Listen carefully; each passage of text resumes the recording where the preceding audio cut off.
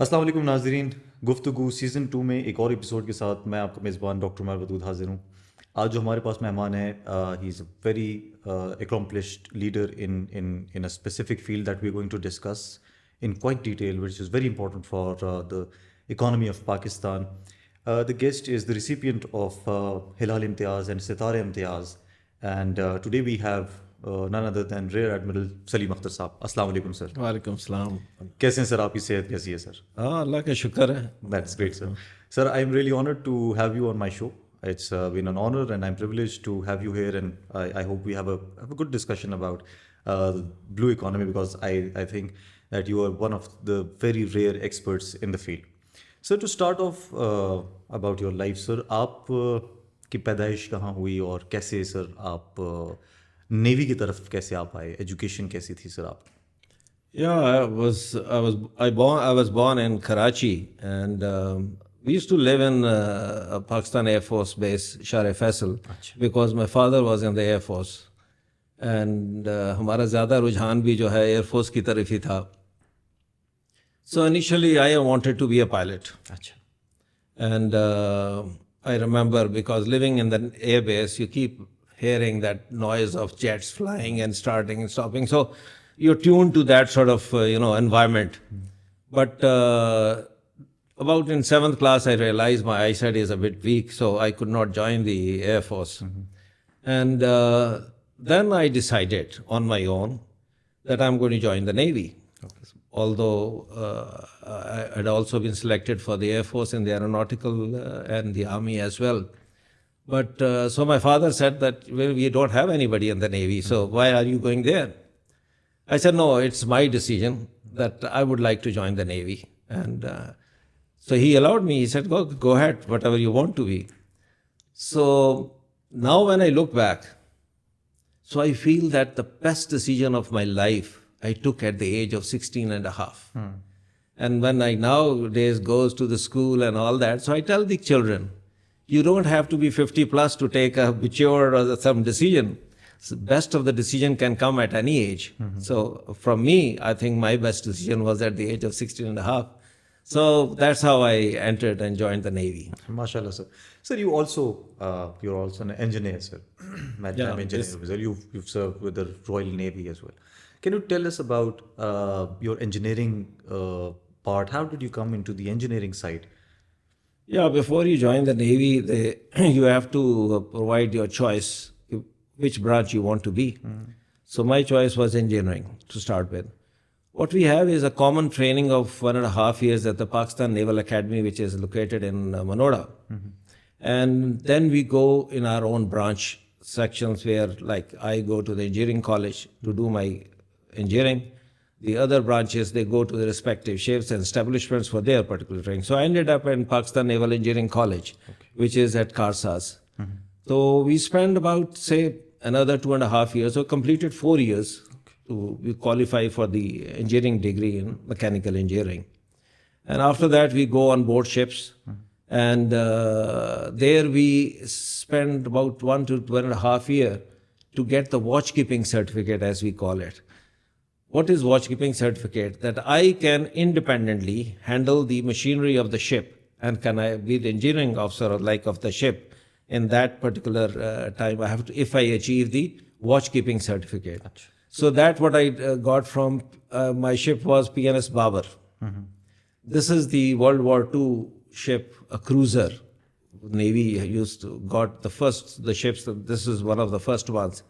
It's a Second World War which participated there. So it's a very old ship there. We went, and that's where I got my watchkeeping certificate. And then slowly and gradually progressing to other ships and, Acha. How did you come across the Royal Navy, and what was that about? You went to the United Kingdom, and I Yeah, absolutely. Actually, I did my mechanical engineering from Pakistan Naval Engineering College for specializing in marine engineering. Then selective officers are sent to the Royal Naval Engineering College, which was at Plymouth, south of England. So that's where I ended up. I was sent there, and luckily, and with my hard work, I got my first position over there. And that's not only amongst the international students, but students from UK, from Australia, Canada, everybody was there. We had a class of 30 plus. So with the practical training that I had in the Navy before I went there, it helped me a lot. Okay. So then from there I got recommendation by the Royal Navy that I should come back for my master's degree. So did you go back? I was waiting to go back till such time that the US Navy offered masters for the first time to Pakistan in mechanical engineering. So since I had topped the course and I got a letter of recommendation from the naval chief, so they sent me there. So I spent like 2 years and about 4 months at Monterey, California. Okay. And it's a beautiful, wonderful institution, US Naval Postgraduate School as they call it. So that's where I did my the master's degree. You did master's. Then you came back. You also served as the pro-rector of Bahria University. That is after my retirement. That is after your retirement. Yeah, once retired after 40 years of service, then I ended up as there is a rehab time. So based on my education qualification and looking at that, they sent me as the pro-rector of Bahria University, Islamabad campus. Right. How was the experience, sir? Oh, wonderful. For the first time, interacting with students. You have 40 years, you have a same lifestyle, and sailors and officers and all that environment. And suddenly you end up in a university, which was good in the sense that with the experience that I got from the US Naval Postgraduate School, the foreign education that I got, so I could actually correlate, and see how we can improve the studies in the academic part in the university. So I was really one of the best time of my life I had was there. How much time did you spend there, sir? 3.5 years. 3.5 years. How were the students? Students are, one thing which is good, that Bahria University, they enforces the rules and regulation very strictly. And unfortunately, that is not followed here in KPK, which I feel sorry about, because I had the experience of visiting Peshawar University and other places. I don't want to criticize, but they're very good students as well. But, enforcement of rules. And then I started over there the community support program, which is the students interact with the poor of the less privileged, people, students or the kids who are there. So we used to visit those places, orphanages and all that, and see how we can help. So these students used to interact with them. That's where they feel they are so blessed, and looking at, and then they would participate. And there were like 40 community support program hours that they had to spend to qualify for their degree. So this is what we started, and it was soon followed by all other institutions of higher education commission. So this is something that I feel good about. But was this across the board or for a specific program? No, across the board. Every program, every student of Bahria University is supposed to complete 40 credit hours, like for community support. Okay. So that's where they go and see those, visit those areas or display people. Or, there are places like the sweet homes in Islamabad, where most of the students are orphans. But, actually what I did was I opened a computer lab for them.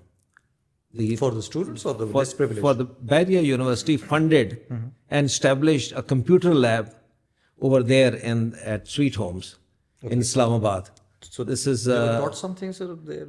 They were taught something? No, but our students would go and teach over there. Okay. And that would count towards their community support hours that they are supposed to. Okay, that's nice, sir. So you actually made a curriculum out of it? Yeah, I mean, over there. And so, because at such places you don't have this, first of all, the expense and other things. So everything was done by Bahria University. Okay.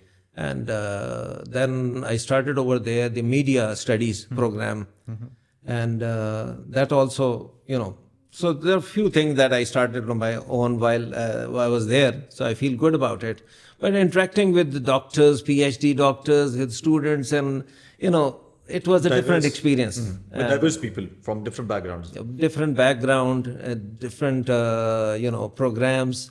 Like you have social sciences, then you have engineering programs like the computer science, computer engineering, or electrical engineering, mechanical engineering, and then there's so many in business administration, things like that. So it was good. It was good. So you had a good time in 3.5 years. Yeah, as I a enjoyed student. it thoroughly. Yeah, I think education is something that makes you younger with time.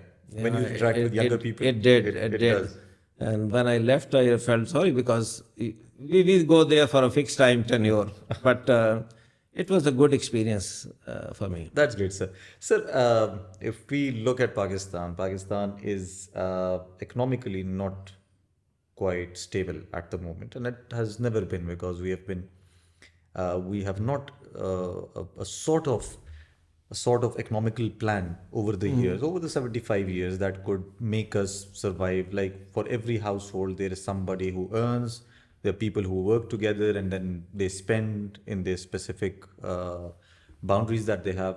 Unfortunately for Pakistan, in the past 75 years, as I've seen history, there has not been a specific plan. Either we are into agriculture, we are into aid or something, then we go into IMF programs and a lot of stuff. And we spend so much that it is out of our means as well.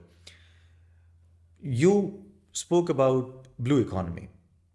And I think blue economy is one of the places where Pakistan could benefit from. Can you, for the viewers, if you can simplify blue economy, so from there we can start off and see how blue economy can help Pakistan economically revive its original state. Actually, unfortunately, we have 1,000 kilometers of coastline, but I call that we are a sea blind nation. Because from day one, we have been focusing on agriculture, that we are an agriculture country, right? But what have you done? Whatever you have achieved is achieved. You need to grow at a very higher pace, from where you will get all that stuff like that. So we have to look towards the seas. 95% of our trade is through sea, but unfortunately, the shipping freight charges that we pay to the foreign freighters is almost like to the tune of 6 billion. We can have our own ships. We can, save all this money. Plus, if we talk of blue economy, let's talk what is blue economy. Blue economy basically is the sustainable use of ocean or seas resources for the welfare of the people, without damaging the environment, and for, of course, the economic uplift or economic development. So this is what blue economy is all about. So what has happened is that we somehow, have not been able to focus at all. As I mentioned earlier, you have such a big exclusive economic zone. Did I mention that earlier? Because we have like 240,000 square kilometer of exclusive economic zone. We have 50,000 square kilometer of continental shelf. And Pakistan is the first country which got this continental shelf approved. India has not done up till now. So all this area is available to you to be exploited. What is there in it? You have so many different, elements of, let's put it, of blue economy. You can have shipping, shipbuilding, shipbreaking, coastal tourism. There's so many of these elements are there which can be exploited and for the economic uplift of the country. Unfortunately, we have not been able to do that. This continental shelf means that whatever is under this continental shelf, oil, gas, mineral resources, everything is yours. You can get that and exploit that. Just imagine if you have something like you have in the Bombay High, and you get fuel oil here. So it can change the fortune of this nation. But what efforts have been made? You have such beautiful beaches along this 100,000 kilometer coastline. You have such nice places where you can sort of do diving, Talk of Maldives. It's a small country with so many islands. I think 90% of their revenue comes from tourism. So there's so much that can be achieved through blue economy. Unfortunately, it's not being done here. Why hasn't it been done? Like, what is stopping us? I've heard people, I've seen it, I've read it as well in books, in newspapers, in articles. Pakistan has a lot of resources in Balochistan. Pakistan is an agricultural land. Pakistan has beautiful north where, this tourism can also happen. Pakistan has this, Pakistan has that, Pakistan has this, Pakistan has that. But the point is, where do we lack? Why can't we just make use of it? Like a blue economy is, I agree with you, is a big thing for us. And, we have access to warm waters. A lot of countries are landlocked, like, for example, Afghanistan. We have the deepest port in the world, Gwadar, and we're not using it. Yeah. But why is it like this? What is stopping us? Just, I'll give you one example. The National Maritime Policy. We don't have a National Maritime Policy up till now. These are the policy makers who will make the policy, and then you work out strategies to how to implement that and gain the maximum out of it. So we have not been able to do that even now. It is only recently that the Ministry of Port and Shipping has been now named as the Ministry of Maritime Affairs. So at least we're making some headway that we are talking the word maritime, which is a broader term for it. So there are so many reasons. I mean, like political decision makers, they're more into agriculture. So they would like that thing to develop. Our own, the Vaderas and the other landlords, they will focus more on agriculture. That is from where you evolve your parliament and other members. So everything is revolving around that. Who will look towards the sea and decide as to what can be done? So it has to be done at the national level. The government has to focus on those areas which can be exploited to maximum. Now here you have an opportunity where the CPEC has come into play. Now if you want to exploit CPEC, Gwadar, you are geographically so beautifully located that you can take full advantage of that. That's why the China would like to make a road all the way from there to Gwadar, so that it can be used for transportation and whatever is required, because access to this area. So that can be used, in a way that we can take full advantage of that. Of course, the road networks is being made, other things, this will help in long term. And there are challenges though at sea, because nowadays you must have heard of piracy, human trafficking, drug smuggling, maritime terrorism, all these are challenges which, Alhamdulillah, Pakistan Navy, to which service I belonged, is doing a wonderful job, and they have established themselves as a big navy in this area, in the North Arabian Sea. And so they're making it a secure environment for your trade and everything to flourish from here. Similarly, if you let's talk of different elements of blue economy. As I mentioned earlier, shipping. And I'll tell you why are you lacking. 1970, we had about 71 ships. Commercial, private, owners, government, all inclusive. How many we have now? Only 11. That's a major decline. Of course, because those were 71, small and big size, whatever, but they were large numbers. Now, they are only 11. So, that what is happening? You more than 60% of your freight you are paying to the foreign freighters.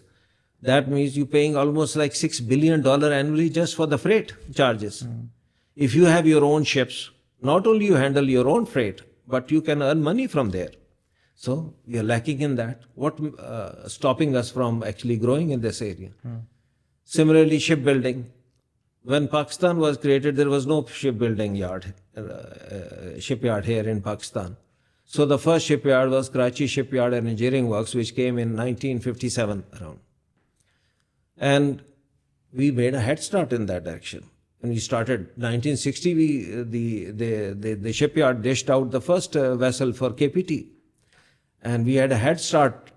At that time, the other countries which are now with such a big capacity of shipbuilding, whatever, were not there. And we took that initiative, we started. But then what? After all that time, we still have only one shipyard. That's it. And we have a proposal which the Navy floated that we should have a huge big shipyard at Gwadar. So that the bigger cruise line, the crude oil carriers and other big ships, they can come and they can dock over there. And we are outside the Gulf, right? So what happens is that this is a good area where ships, they develop fault or anything, they can come and dock and you can earn money out of it. And similarly, if CPEC has to grow, then you need a shipyard of that size over there. So, but still, I think resources are limited. And although in principle they have said, okay, yes, we would like to have, but still nothing is done. So just one shipyard. So this shipyard is doing a very good job, let me tell you. But its limitation is there. You cannot make a ship of 26,000 tons or more. Why? Not because the shipyard doesn't have the capacity, because the depth of the channel is such that you cannot take a ship out which is more than 26,000 tons. Okay.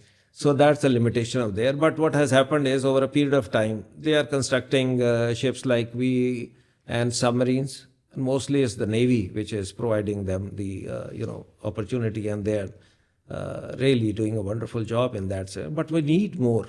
Shipbuilding, there are countries which, China, India, Bangladesh, they are all making ships and earning. South Korea, almost 90% of the shipbuilding is done in these, areas, countries. Similarly, you talk shipbreaking. Now, this is something which now is called ship recycling. Now, this is an area where Pakistan was number one. All the ships would come here, they would be torn apart and steel converted, melted to be used, and we were number one. Now we have slided down to around, say, 5 or 6 or something. And Bangladesh, India, China, they have all taken, even Bangladesh is a multiple of what you are earning from this. This ship breaking not only provide you metal that you need, it also provides tens and thousands of jobs to the people, And so Gidani is one place where ship breaking is done, and it's there for quite some time. There are about 140 different berths where ships can go. What they do is you come at full speed and you get the ship on the sand. Okay. And then you start breaking it and you start, shipping it to be melted, and you ship it to Karachi and so. And there was a problem that because you are not following the international rules and regulation standards, and so there's so many reasons for decline as well. It is good that recently the Secretary General of IMO, International Maritime Organization, he visited Pakistan. And he visited Gidani. And so there they observed whatever can be done to help, Pakistan improve its system that we have. Because when the ships come, there are 3-4 things that happens. What the shortcoming that were identified was pollution. You damage the environment, right? By breaking down the ships? Yeah, because ships will contain some chemicals. You have to have a system of properly disposing the Okay, so chemicals. there is no proper disposal system. Yeah, similarly, oil and other things, it will pollute the beaches, it will pollute the environment. And healthcare and safety of the workers, another question. So many workers, they die while working. So that's not what is required. So this is what came about and how to overcome that and improve it. So this is a positive development that has taken place recently. Okay. And so this needs to be addressed as well. When we're talking of shipping, I forgot to mention seafarers. Seafarers, those people who actually run the ship. So Pakistan Marine Academy was established way back in the 60s in Pakistan.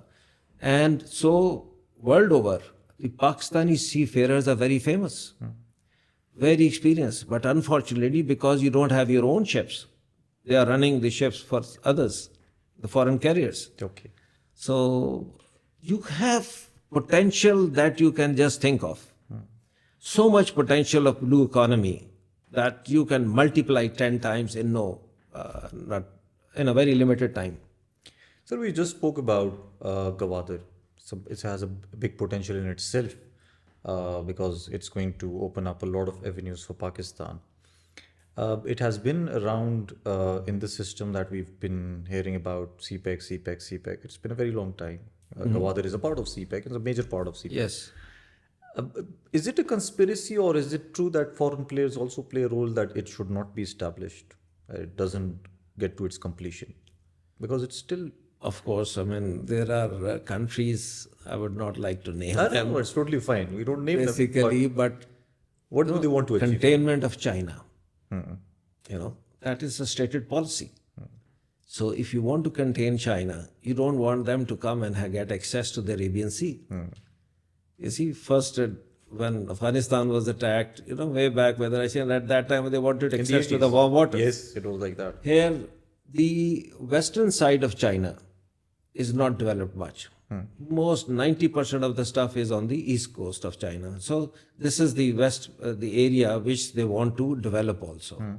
And it's easy accessible through Arabian Sea.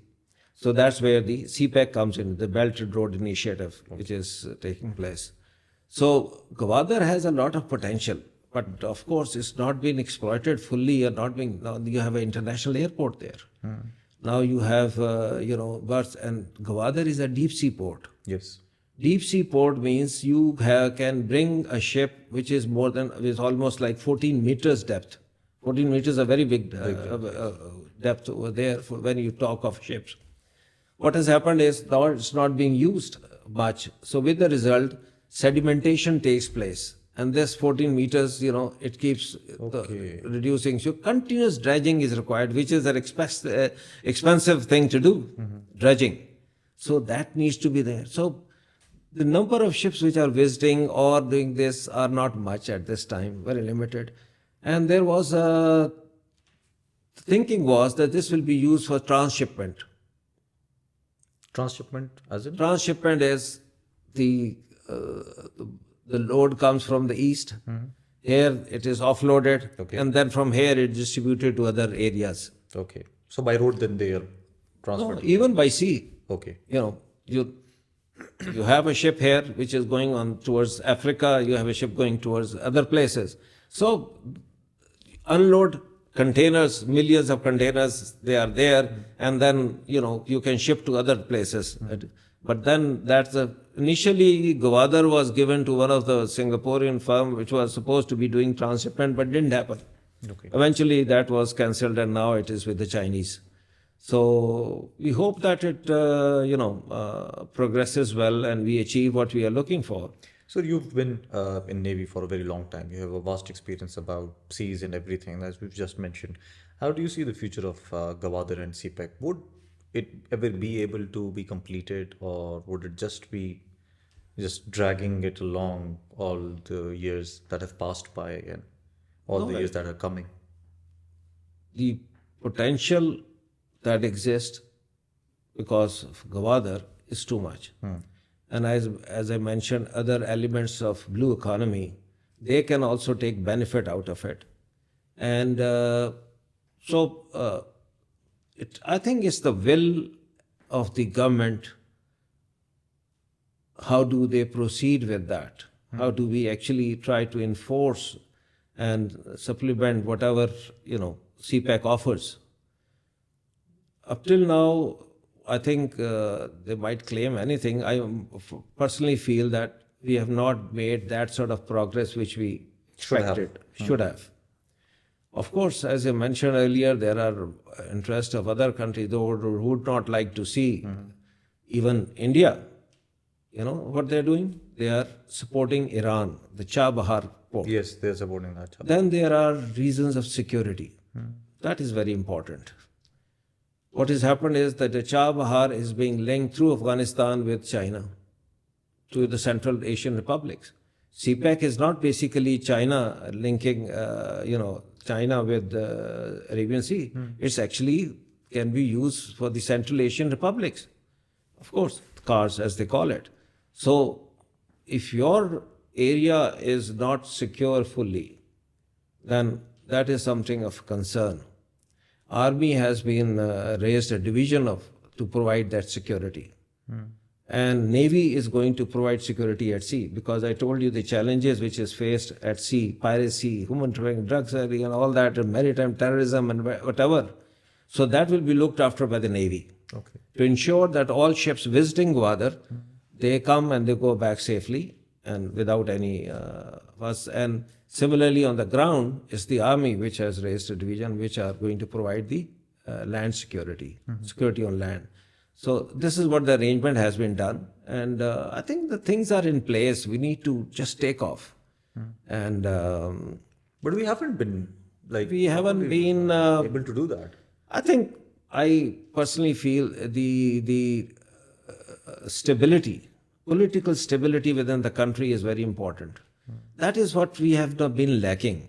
This is my own personal, that political stability is important before you. The coherence between the people is not there. No matter, parties or whatever political parties are there, I don't talk on those, but you need to have, when it comes to the national interest, that should be supreme, no matter which party you belong, no matter what.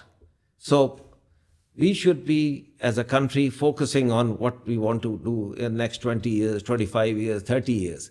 And then no matter which government comes, they toe the same line for the betterment of the people.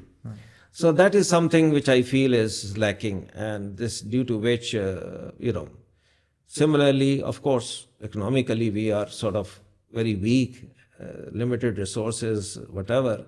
But the opportunity is there, and I'm sure in times to come, this place should thrive. Gwadar and Pakistan should take full advantage of that. Let me tell you that when I was talking of the element of blue economy, what is one of the biggest? Fishery. We import fish from Vietnam. You go and you find the fillet coming from Vietnam. Now this is really, this is mind-boggling. Surprising, absolutely mind-boggling, because what happens is that the biggest reason, what I foresee, is a very big reason, is the pollution. In Karachi, about 300 million gallons of sewage polluted from industrial waste. All this flows into the sea without being treated. You can imagine the damage that is being done to the ecosystem, to the environment, because it all goes down and settles underneath. Why your fish catch is not being sent to Europe? Because the European Union feel that your fish is contaminated. It is contaminated from where? From this wastage that you dump every day. Every day. No treatment plants. They were there on the papers perhaps, but no treatment plants. So what happens is it goes and settles down underneath. All the fish, all the breeding grounds, you have mangroves.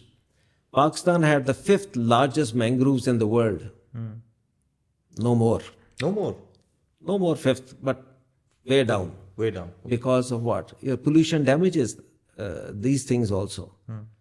There has been effort has been made. I know Navy actually in Oromara, which is about 350 kilometers from Karachi, what we did on the beaches, we have planted mangroves. They were not there.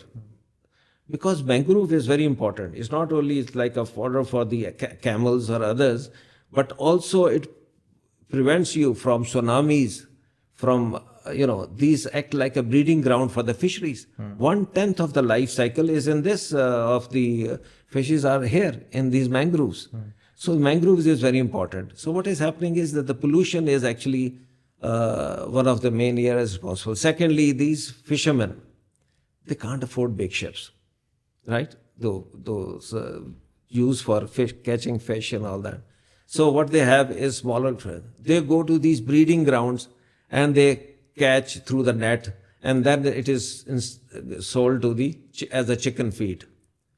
The same prawn which can cost you like $10, it is not even 1 cent, So all this is what is happening, same. So they can't go into the open sea much deeper. I remember I was on board one of the ships, and now the Pakistan Maritime Security Agency is there. At that time, it was not there. So we go out. They have Taiwanese, the mothership standing in Indian Ocean, and you have 20, 25 the fishing trawlers. They would go and catch the fish, and in our area, one of the best quality of fish, prawns and everything is found here. But the problem they will catch, they will go unload on the mothership, it will be processed over there and exported from there. Where are we? Actually, fortunately, I was for some time the head of there were some army monitoring teams made during President Musharraf's time, if you remember. Yes. So I was responsible for KPT and fisheries. So that I came very close to actually observing what happens over there. And unfortunately, there were trawlers owned by Pakistanis, those who were catching fish and exporting. So what I did was, I said, okay, let me go at 3 a.m. in the morning. I asked them when is it. They said it will be at 3 a.m. they will be loading it with that. So I went there with my team. My God, the squids, fish, everything was such top quality. And what happens is, there are two things that they have to be done. One is the health department putting in the stamp that this fish is for use and no contamination. Secondly, every kilo or pound of fish, they have different rates for it. This is which will be coming to the government of Pakistan. Okay. Because they're exporting. No? This is $1 per kilo, this is 5, this is 10, like that. They had the best of the quality of fish catch, but everything was shown as that $1 type.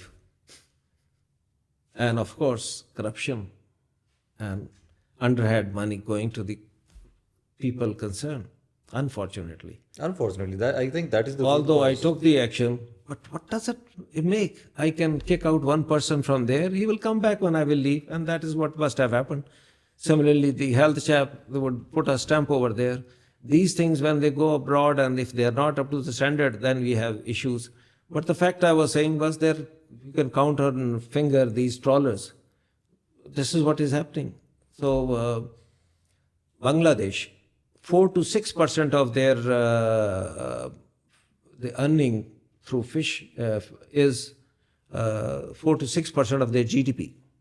Okay, 4 to 6%. It's a lot. Vietnam earns about $10 billion annually.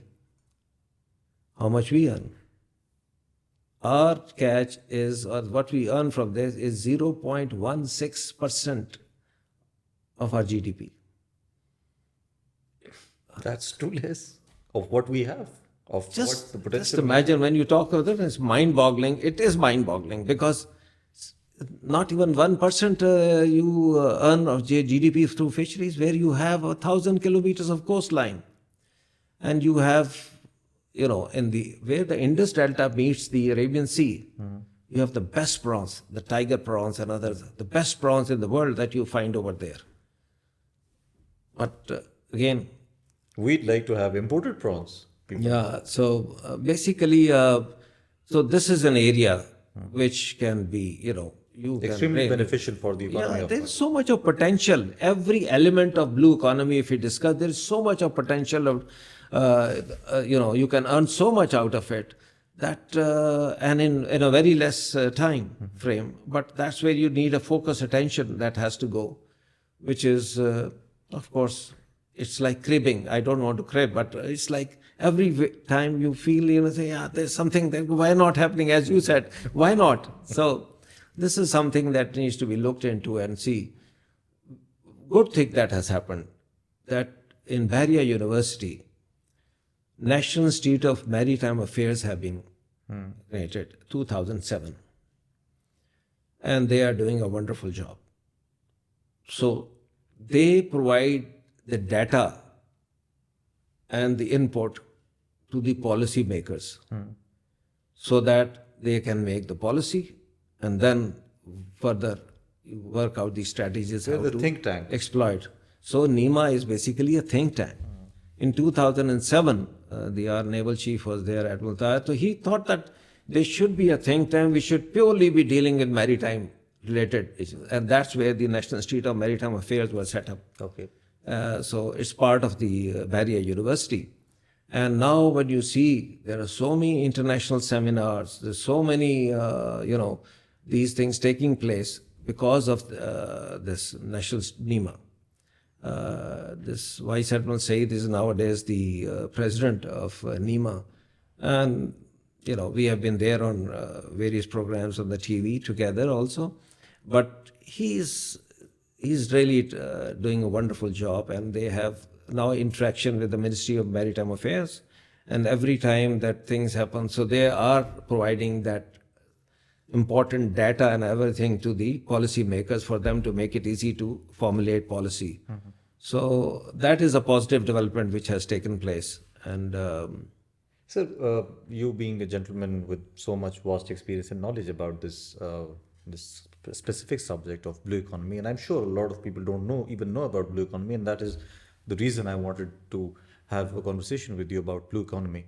But if I give you this opportunity to just lay down a roadmap that how can we revive our economy through blue economy, and what specific steps we need to take, like policies that needs to be implemented at the forefront so that the revival could start. It's a long process. I know it cannot be done in a single day. It cannot be done in a single year. It's going to take a lot of time because we've lost a lot of things.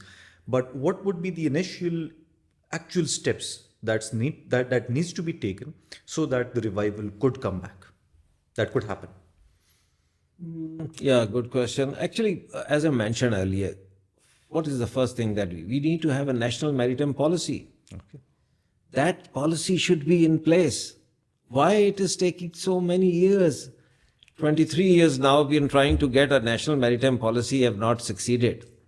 So this is something that needs to be done to start the thing going.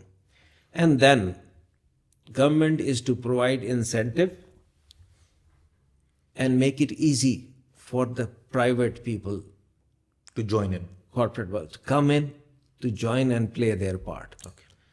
Continuity of the policies. They are now scared of, when I mentioned 71 ships were there in 1970. Now we have 11. Down because nationalization took place. The ships were nationalized. So what happened? We are in this sort of situation. Here the government has to play, where to provide the incentive, the, tax, they need to look into that, provide them incentive, lower the taxes, provide them incentives, one window operation site sort of thing, and make it easy for them. That is where it's going to flourish. That is where the government will not be able to, you don't want to buy your own, these trawlers and start fishing. The private sector has to do it. Make it easy for them. And so I was just talking to somebody day before yesterday, and we have a group by the name of Maritime Circle. We discuss maritime related stuff like that, and very good educated people are there, including this NEMA that I mentioned.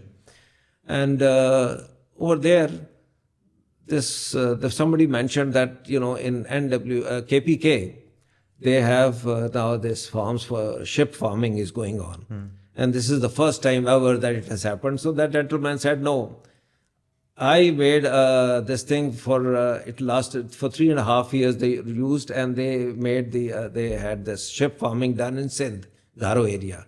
You know, in the south where you have is a sea intrusion coming back. If you don't have a flow much towards the sea, what happens? The sea flow comes towards inside. Okay.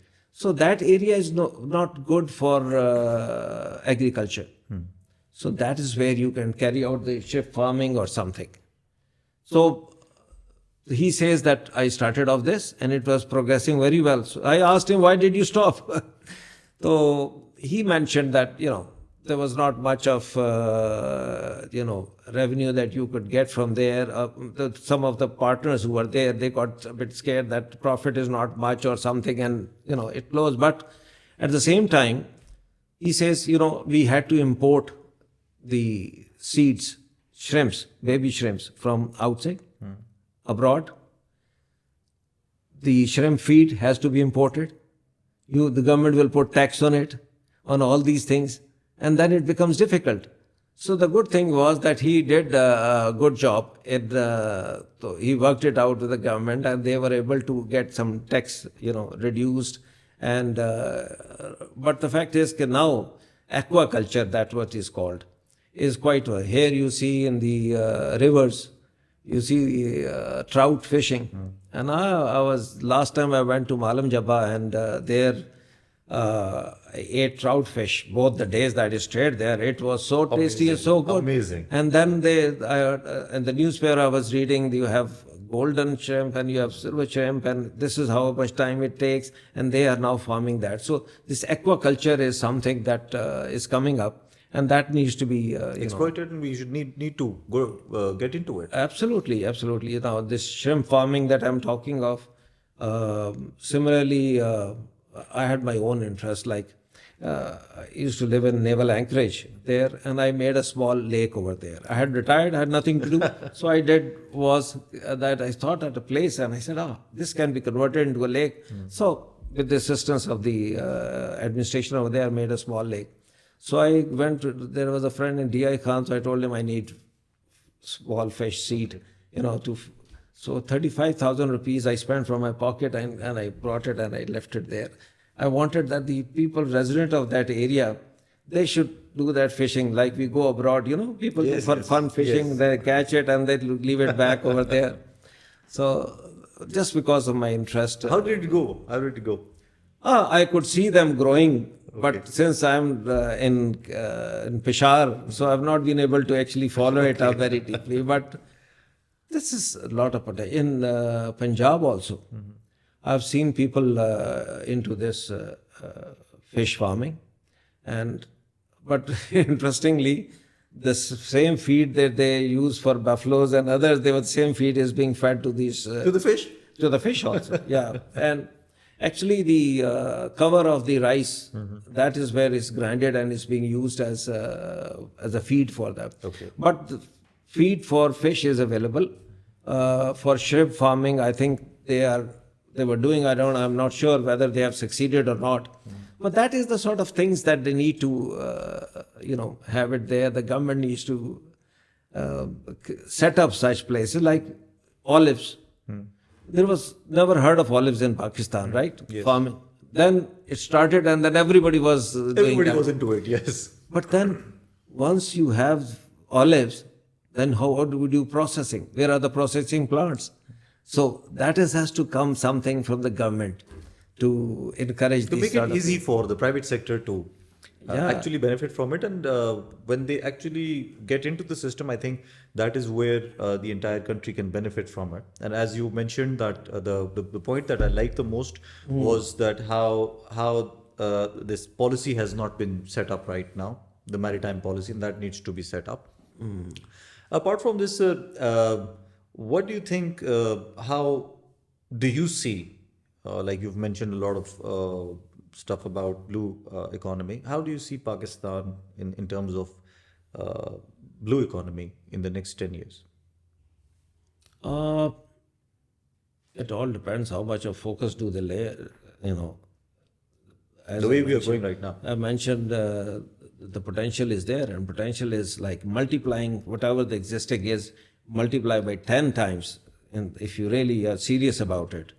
So there is an effort going on here, and previously, as I mentioned, there was no think tank which would assist the ministry in formulating the policies. So now you have a very strong institute by the name like NEMA, National Institute of Maritime Affairs. So what we need to do is the government has to now focus, make policies such that provide incentives, as I mentioned earlier. It's like a repeat of what I'm saying, that incentive, tax reforms and other stuff like that, and include the private sector. It's the private sector which can give you the results in a real sense. It has to come from there. They must be given that confidence that it will be consistent. It's not that one government goes, the other comes, and they, So that is the sort of confidence that they have to give to the private sector and involve them. There are like industrial complexes being set up, and they are providing duty-free and tax-free for the next 10 years or 5 years. Something like that needs to be done in this field also. So being a private person, I've been into private system as well. I'm not this kind of private investment. This is a big investment that it needs a private. But just as a normal Pakistani, what I feel, if I have to go and venture in some kind of, any kind of investment that has to involve government, the first thing that I have to think about, how much kickbacks do I have to pay? Yeah. That's a big problem. And I think that is not necessarily dependent on the government, because the government might change, the bureaucracy doesn't change. Bureaucracy stays there. You have to give kickbacks to the lower staff. You have to give kickbacks to different departments. And by the time you get a license or something like that, it's all over for you. This is the biggest problem in every, not only blue economy or whatever. Anything that there are people who have come from abroad with the love for the country, and they have brought in money, they invested, and they went back. Because the whole social setup has now become like that, where nothing works unless, underhand something is exchanged. So that is very unfortunate. What you can do, the government can do is, like I remember KPT, whatever. For every small thing, you go there to that window, he will put a stamp there. Go to that window, he will give you a number. The third story, computerized. You don't have to let the thing happen online. So you have reduced that, Similarly, the government used to, reduce these hiccups that are there, and one window operations. People who are coming from abroad, they visit 20 or 30 different departments for every small thing. Then they get fed up and they go back. So you need to make it easy for them, simple for them. Then I'm sure things can work out. But of course, even with corruption and all that, and that whatever we are talking about, it can be reduced quite a bit. And that is the only way to forward, Otherwise, you're right, sir. I don't think the government has the capacity to put in so much money into this, but the private sector has the capacity to take the lead and make it happen. But I think the private sector should be comfortable in doing something, and they could see their future. Because if a person is putting his money, for instance, if it's your money or my own money, putting at stake for something that I see a future in, and I have to look into that. If I have to do this, I have to take a certain license, I have to do this and that, and I have to keep on giving kickbacks and stuff. I'd rather stay away from it and invest somewhere else, somewhere outside the country. Yeah. So I think that is what is eating Pakistan from the inside. Yeah, that's something that it's really something that needs to. What I'm saying is, you cannot change this overnight. But we need to take some steps. But you have to take steps, as I mentioned earlier, that you need to reduce the the hiccups that are there. Like you have a one window, somebody coming from abroad. There are so many governments, there is Saudi delegation, other delegation. We keep hearing that they are coming, but you need to give them, you need to make it simple for them. They also know what happens over here, so it's not that they are not aware of. So we need to give them that confidence. You reduce those different, the bureaucratic hiccups which are there, And, like one window operation that I mentioned. If you want to do something, you go to one place and then, they streamline Like an things for online you. thing. Yeah. And online, everything should be done. That is what is happening. People are not going anywhere. Everything is being done online. We are purchasing things from abroad or wherever online, being delivered at home. I don't have to go and run around and start shopping and doing everything. So that sort of steps needs to be taken to really take advantage of this huge potential which Pakistan has. Pakistan has huge potential. Yeah, because, as I mentioned, agriculture, whatever, it's done. Yes, we've taken a lot out of Yeah. agriculture. We need to move on. This is, I guess, the evolution that we always see. There are so many other, like India is what? India is a services-led economy, right? So there were like those people, individuals who own 60, 70 billion, and all that. Here in Pakistan, we said, oh, 22 खानदान उन्होंने मुल्क को लूट लिया, ये हुआ, nationalise किया, सबका बेड़ा गर्क कर दिया. Otherwise, they would have also been in this place, where there would have been Ambanis and like that. So we have damaged that. We have damaged the confidence of the private sector.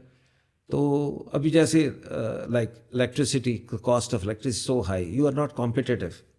The people are moving away. They are koi jaake Bangladesh mein laga raha hai, Yes, they sort of wahan they feel it it's very easy. So that sort of thing needs to be taken into account. The government needs to take certain concrete steps to give confidence to this I think the policymakers of Pakistan, they need to look into this part. Yeah, everything has to be done through the private sector. Yes, that's the That is there. Government, don't try to do things yourself. Yes. Make it easy. Make the system such that it becomes easy for them to do. And, and continuity of policies, that is very important. So these all steps have to be taken before. And when I was talking of energy, I just thought of when you go to England, UK, approaching the airport over the sea, you find all those farms of wind power. Because you get uninterrupted wind from the sea. Yes. And it is very processed. So they in the Green sea, energy. they have these green energy over there. Then you can have tidal energy. Because, there is a high tide and a low tide.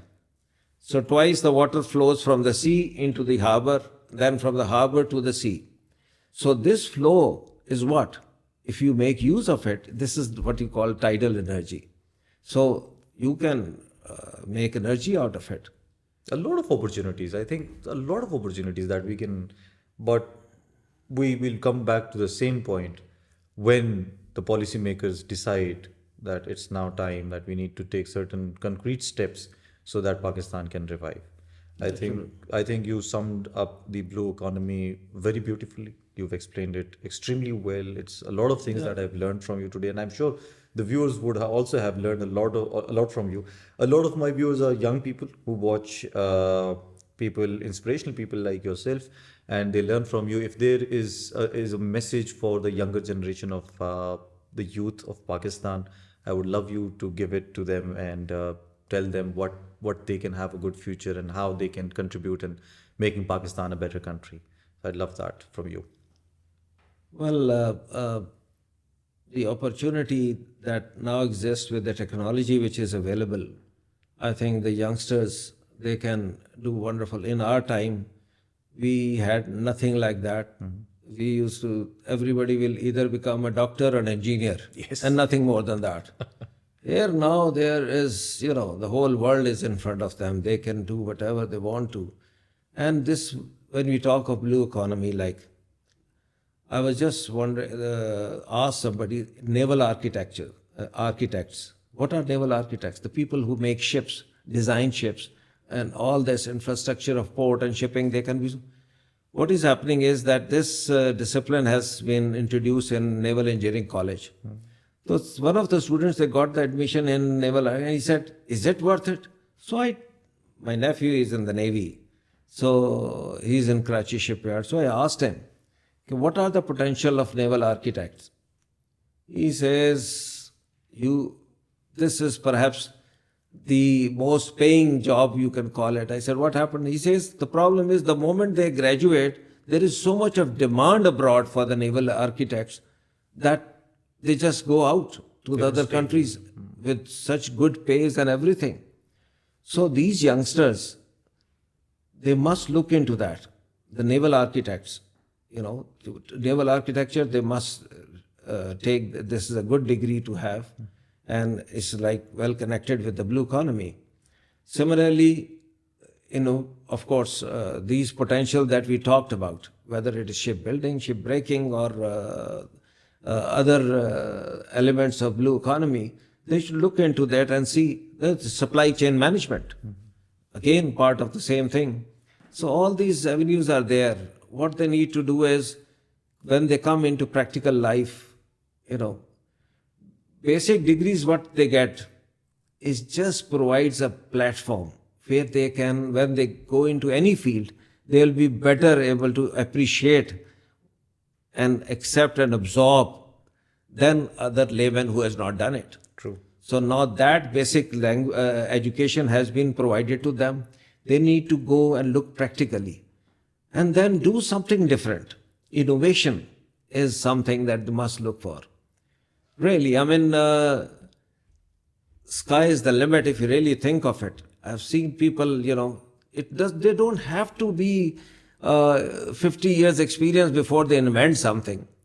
I tell you that anybody, youngsters can achieve any sort of thing, and they can do some major achievement through this thinking process. They should have the confidence, look, I need to do something different. And that's the spirit that they should carry. Lovely, sir. Lovely. That was a beautiful ending note. Unfortunately, sir, because of your busy schedule and the time constraints that we have for the program, I really enjoyed the conversation. I hope that when you have time, some other day, you would join us again and talk about, because you have a vast knowledge about different topics, and you could join us, and we could learn a lot from you from the senior generation, and maybe by this way, me and the younger generation, we could give something back to the community and make Pakistan a better country. Yeah, I would love to do that. You talk of blue economy, I can talk hours and hours together on this. There are so much things that we have not even covered, Yes, but at totally least true. the introduction is there. The awareness to a general public should be there as to what blue economy is and what can we achieve out of it. True, sir. True. That it was, sir, a pleasure to have you on my show, sir. Inshallah, I hope to see you again on another episode, and we'll have a lot of capture. I look forward to that. Thank you so much, sir. Thank you. Thank you.